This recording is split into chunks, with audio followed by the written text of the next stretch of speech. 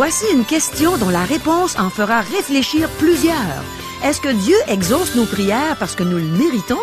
La parole de Dieu va nous donner une réponse bien claire aujourd'hui même à l'émission À travers la Bible.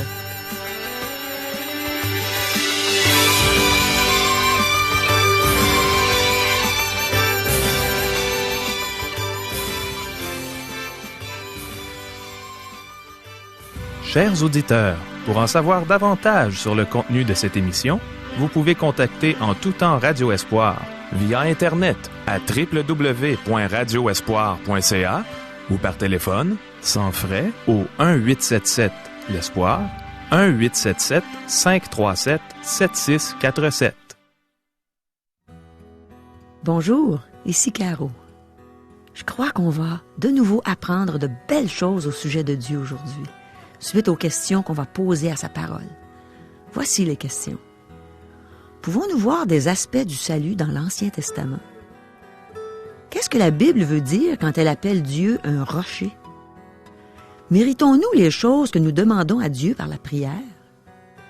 Pouvons-nous accomplir quelque chose pour Dieu par nos propres efforts? Pouvons-nous détourner les gens de Dieu si nous avons un mauvais comportement? Nos vies doivent-elles honorer Dieu en tout temps? Quelles sont les conséquences de notre manque de confiance en Dieu? Restez avec nous.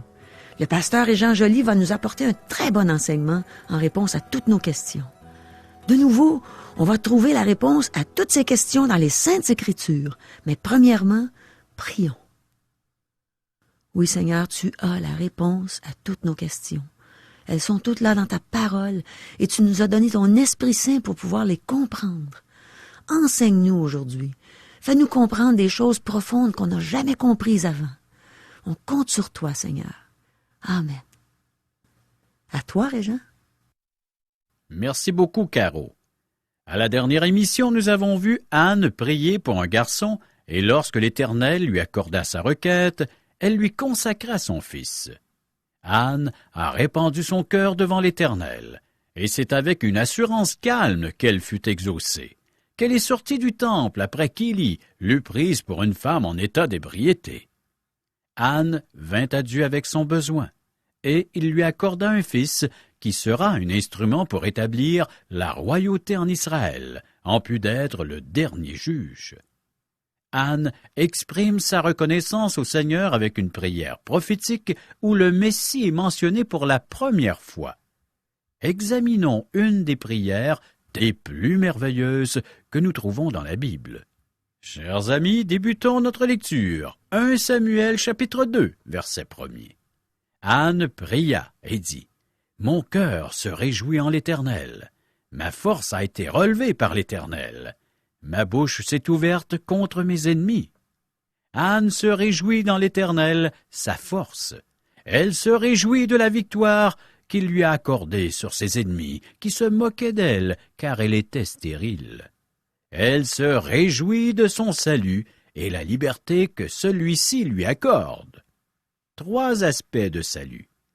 Il y a 3 aspects au salut qui se rapportent au passé, au présent et au futur respectivement. Premièrement, le croyant a été sauvé. En vérité, je vous le dis, celui qui écoute ma parole et qui croit à celui qui m'a envoyé a la vie éternelle, et ne vient point en jugement, mais il est passé de la mort à la vie. Jean, chapitre 5, verset 24. Ceci signifie que le Seigneur Jésus a libéré le croyant de sa culpabilité par sa mort à la croix. C'est ce qu'on appelle la justification, et c'est un fait accompli pour le croyant. Deuxièmement, Dieu purifie le croyant de ses péchés. Il le fait présentement.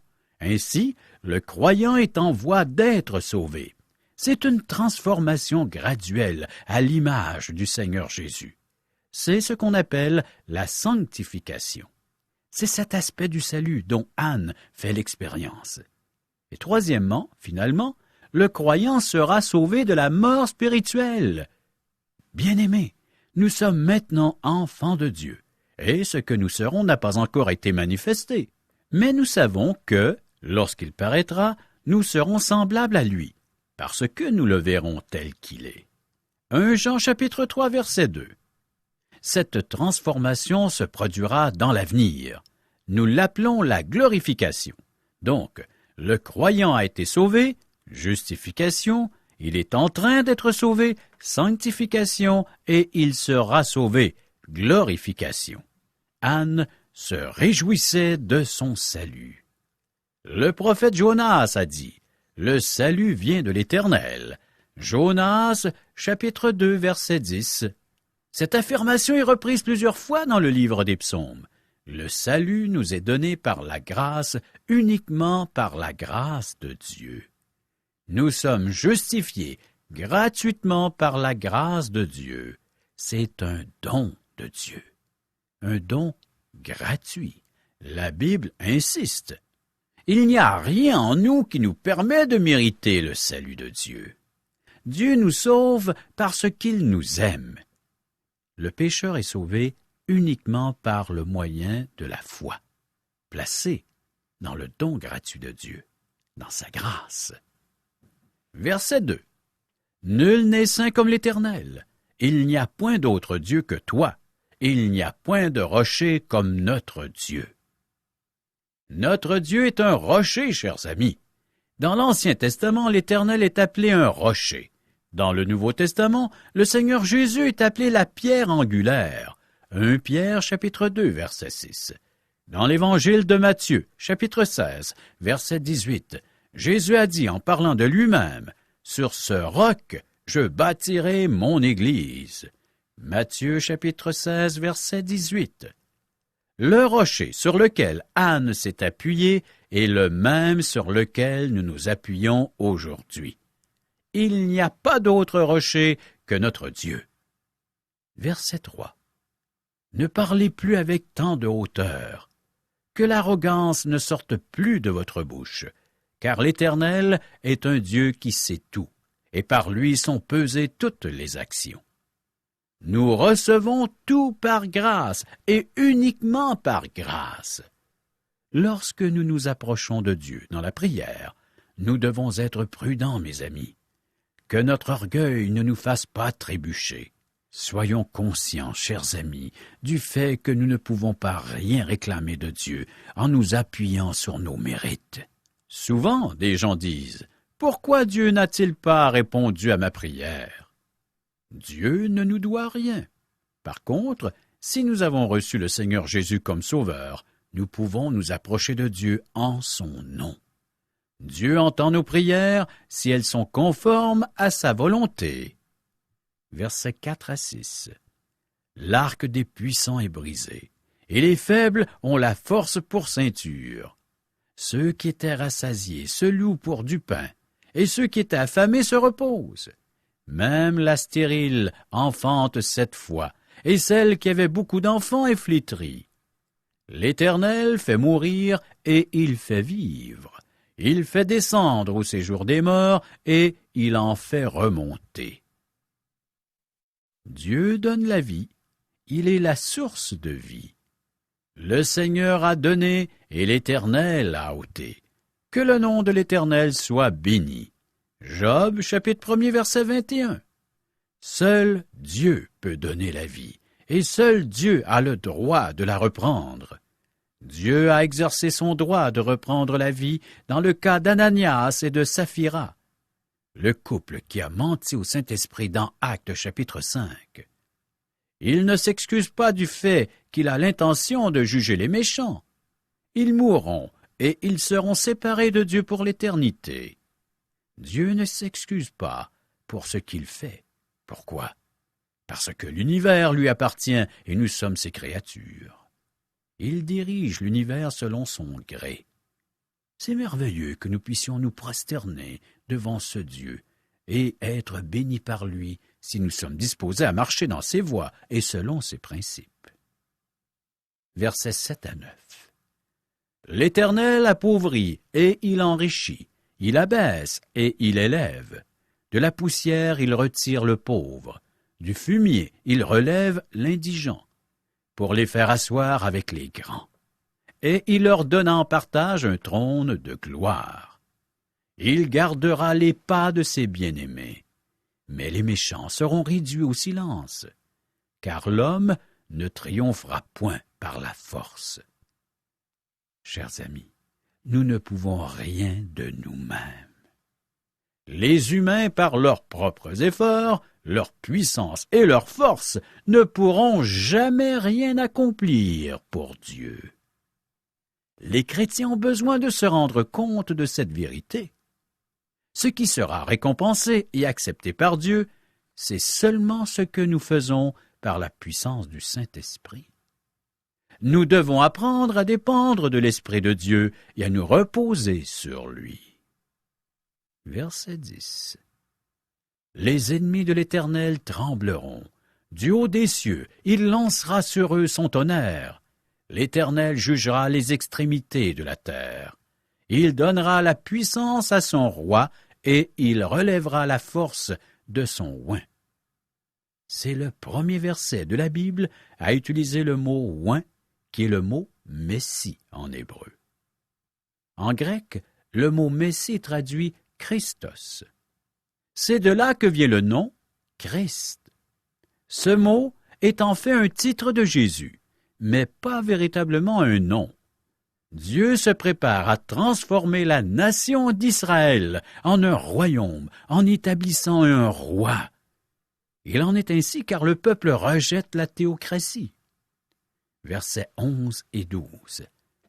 Elkana s'en alla dans sa maison à Rama, et l'enfant fut au service de l'Éternel devant le sacrificateur Élie.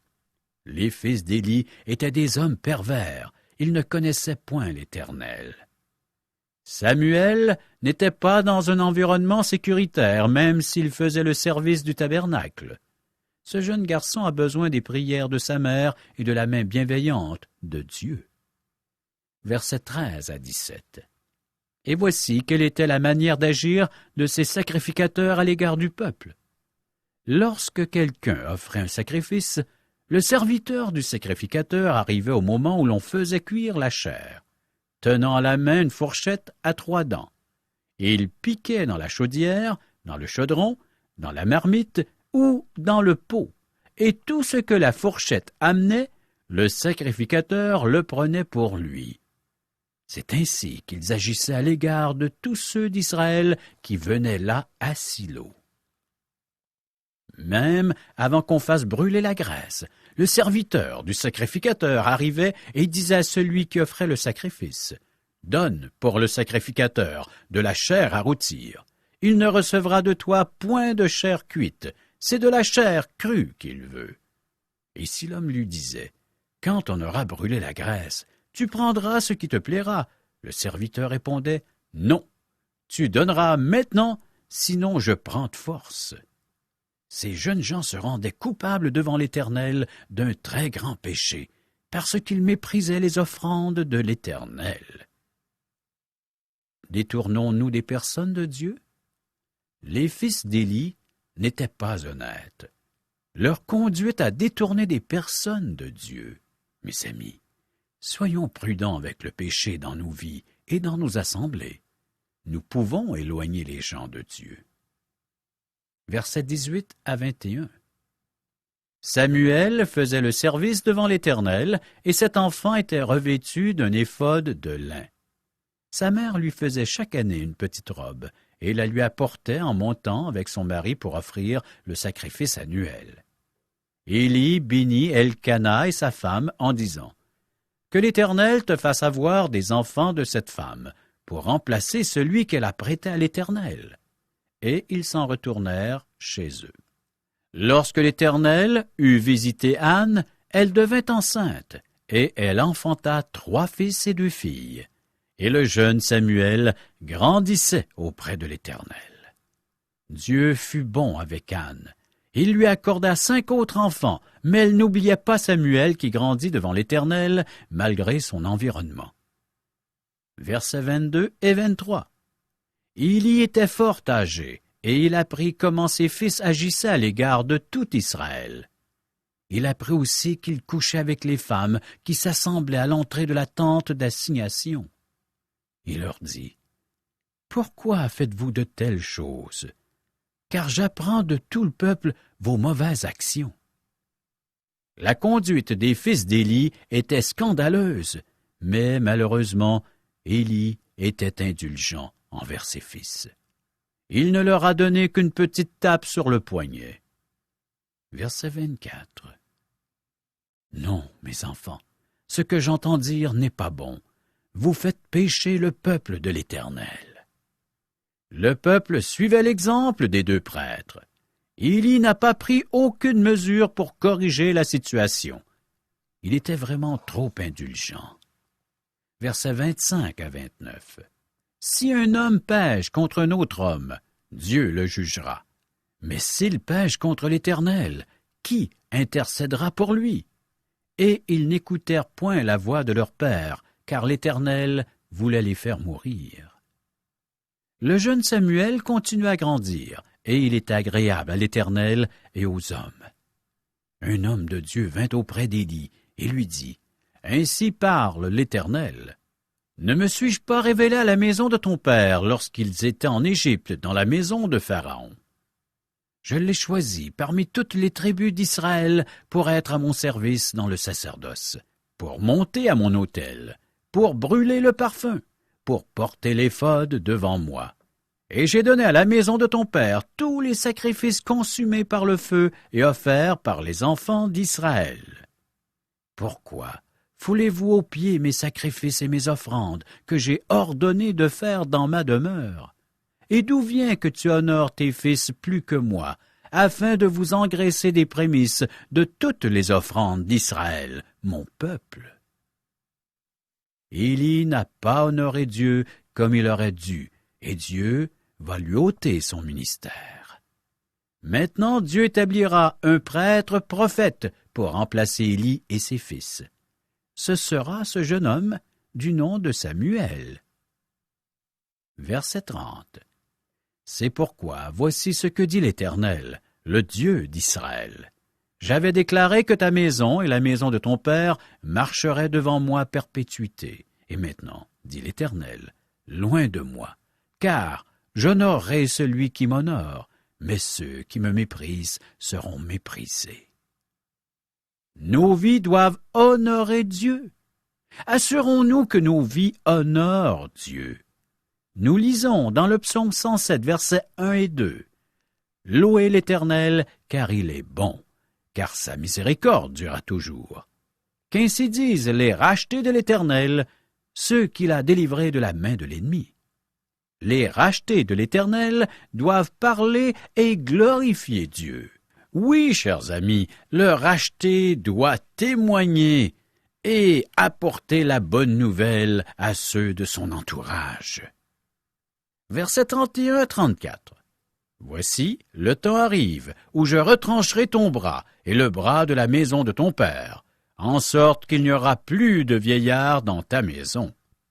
Tu verras un adversaire dans ma demeure, tandis qu'Israël sera comblé de biens par l'Éternel, et il n'y aura plus jamais de vieillard dans ta maison. Je laisserai subsister auprès de mon autel l'un des tiens, afin de consumer tes yeux et d'attrister ton âme. Mais tous ceux de ta maison mourront dans la force de l'âge.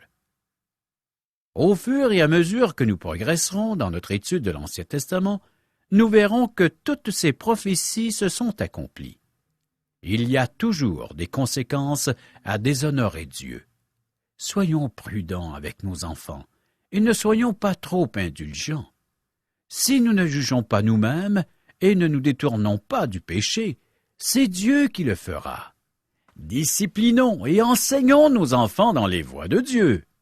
Nous devons nous repentir de notre péché et réclamer par la foi la victoire que le Seigneur Jésus nous a acquise par sa mort à la croix. Versets 35 et 36. Je m'établirai un sacrificateur qui agira selon mon cœur et selon mon âme. Je lui bâtirai une maison stable, et il marchera toujours devant mon oint. Et quiconque restera de ta maison viendra se prosterner devant lui pour avoir une pièce d'argent et un morceau de pain, et dira, « Attache-moi, je te prie, à l'une des fonctions du sacerdoce, afin que j'aie un morceau de pain à manger. » Qui sera ce sacrificateur fidèle? Ce sera Jésus-Christ.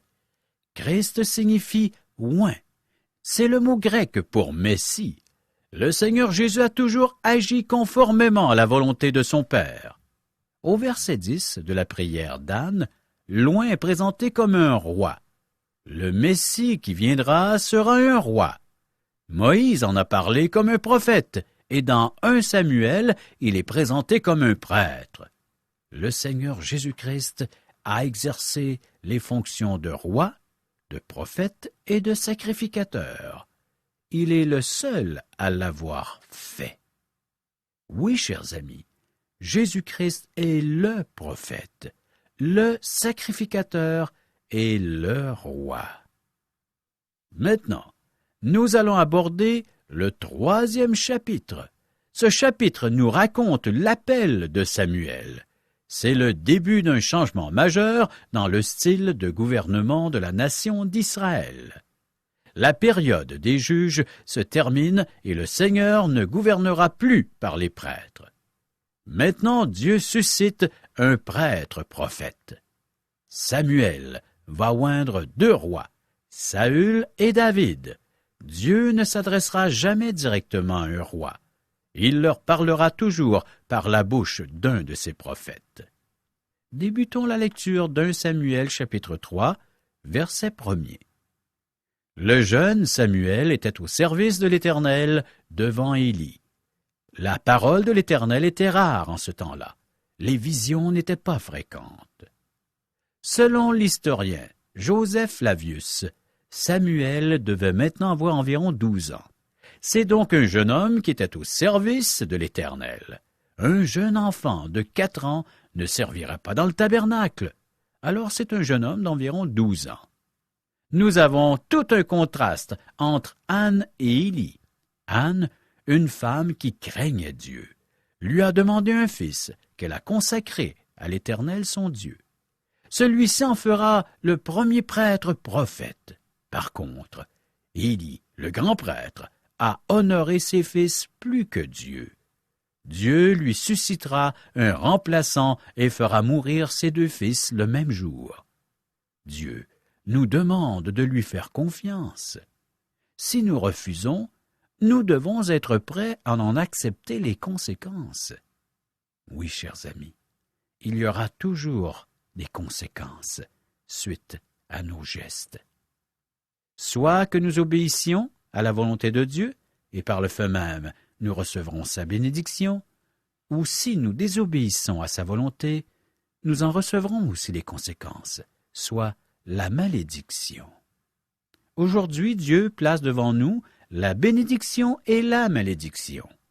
À nous de choisir. Qu'allez-vous en faire de ce choix qui est devant vous présentement, chers amis? Et ce choix, nous le retrouvons en toutes lettres dans l'Évangile selon Jean, chapitre 3, verset 36. « Celui qui croit au Fils a la vie éternelle.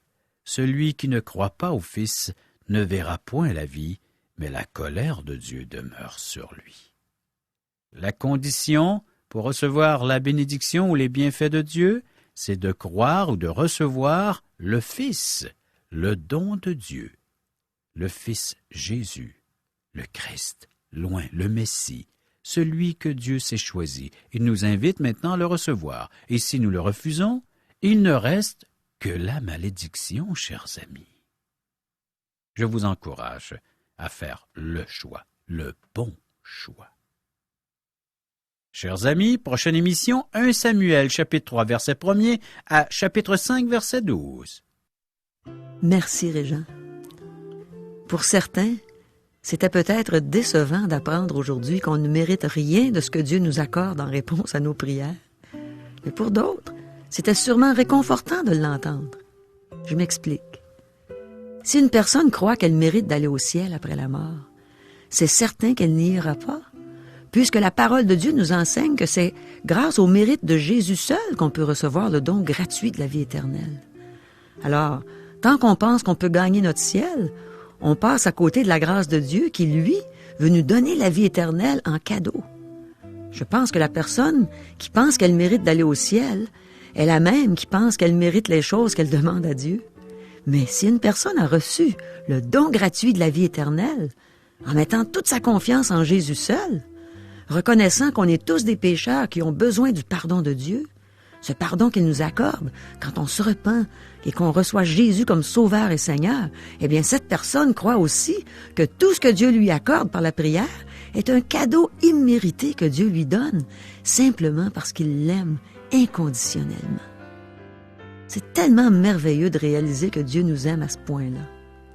Lui qui est parfait en sainteté, en pureté, en amour, en puissance, il a décidé de donner son Fils unique afin que par la foi en lui, des pécheurs comme nous puissions recevoir le don gratuit de la vie éternelle.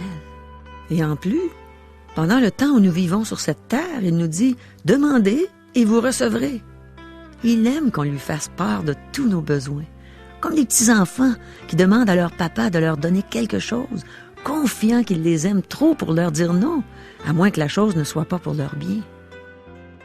L'apôtre Paul savait ça quand il a écrit son épître aux Philippiens, au chapitre 4, au versets 6 et 7. Il a dit « Ne vous inquiétez de rien, mais en toute chose, faites connaître vos besoins à Dieu par des prières et des supplications, avec des actions de grâce. Et la paix de Dieu qui surpasse toute intelligence gardera vos cœurs et vos pensées en Jésus-Christ. » Mon ami, reconnais-tu que tu as besoin de Dieu?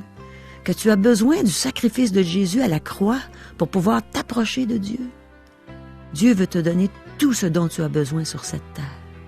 Tu n'as qu'à le lui demander sans douter. Mais ce qui est encore meilleur, c'est qu'il veut te donner la vie éternelle. C'est pourquoi il a envoyé son Fils Jésus qui a souffert, qui est mort sur une croix pour payer la dette de tes péchés. Et en ce moment même, il t'offre cette vie éternelle. Repens-toi et crois à la bonne nouvelle. La bonne nouvelle, c'est que tu n'as pas à subir de châtiment éternel, celui qu'on mérite tous, puisqu'on est tous pécheurs. Crois au Seigneur Jésus et tu seras sauvé. Ce n'est pas moi qui le dis, c'est la parole de Dieu. Le Seigneur t'appelle en ce moment. Demande à Jésus de te sauver. C'est certain qu'il va le faire. Tu pourrais naître de nouveau, naître dans la grande famille de Dieu. Tu vas devenir un enfant de Dieu. Et Dieu va être ton Père. Il va te donner tout ce qui est bon pour toi sur cette terre, jusqu'au jour où il va venir te chercher pour t'amener avec lui dans son beau ciel pour l'éternité. Tu veux pas passer l'éternité avec Dieu? Être certain que le jour où tu vas mourir, tu vas aller tout droit au ciel, que tu seras jamais privé de sa présence. Reçois Jésus comme ton Sauveur et ton Seigneur, et tu seras dans sa présence éternellement. Chers amis, ces émissions, ces messages suscitent en vous des questions, des réflexions? Vous aimeriez en recevoir les réponses? On veut recevoir vos appels, ça nous intéresse vraiment d'entendre vos réflexions. Nous avons une équipe toute prête à les recevoir. Ce sont des gens qui connaissent la parole de Dieu. Ils vont vraiment vous renseigner sur tous les points que vous voulez savoir concernant la Bible, tout ce qu'on peut lire dans les Saintes Écritures. Ces gens sont disponibles 24 heures sur 24. Ce sont des gens bien engagés. Ils attendent vos appels. Appelez-les, vous ne serez pas déçus, c'est certain. Oui, toi qui vis avec ce questionnement, ne sois pas gêné. Fais-le. Rejoins ces gens qui sauront t'aider. Tu as besoin d'amour? Il y a juste Dieu qui peut te le donner. Et c'est à travers ces gens qui va te communiquer cet amour. Appelle. Appelle maintenant. Voici nos coordonnées. Par téléphone. 1-877-L'ESPOIR. 1-877-537-7647. Et à notre adresse courriel www.radioespoir.ca et à l'adresse postale Radio Espoir, casier postal 34 143, Charlebourg, Québec, G1G 6P2. Bonne fin de semaine et à lundi. Bye bye.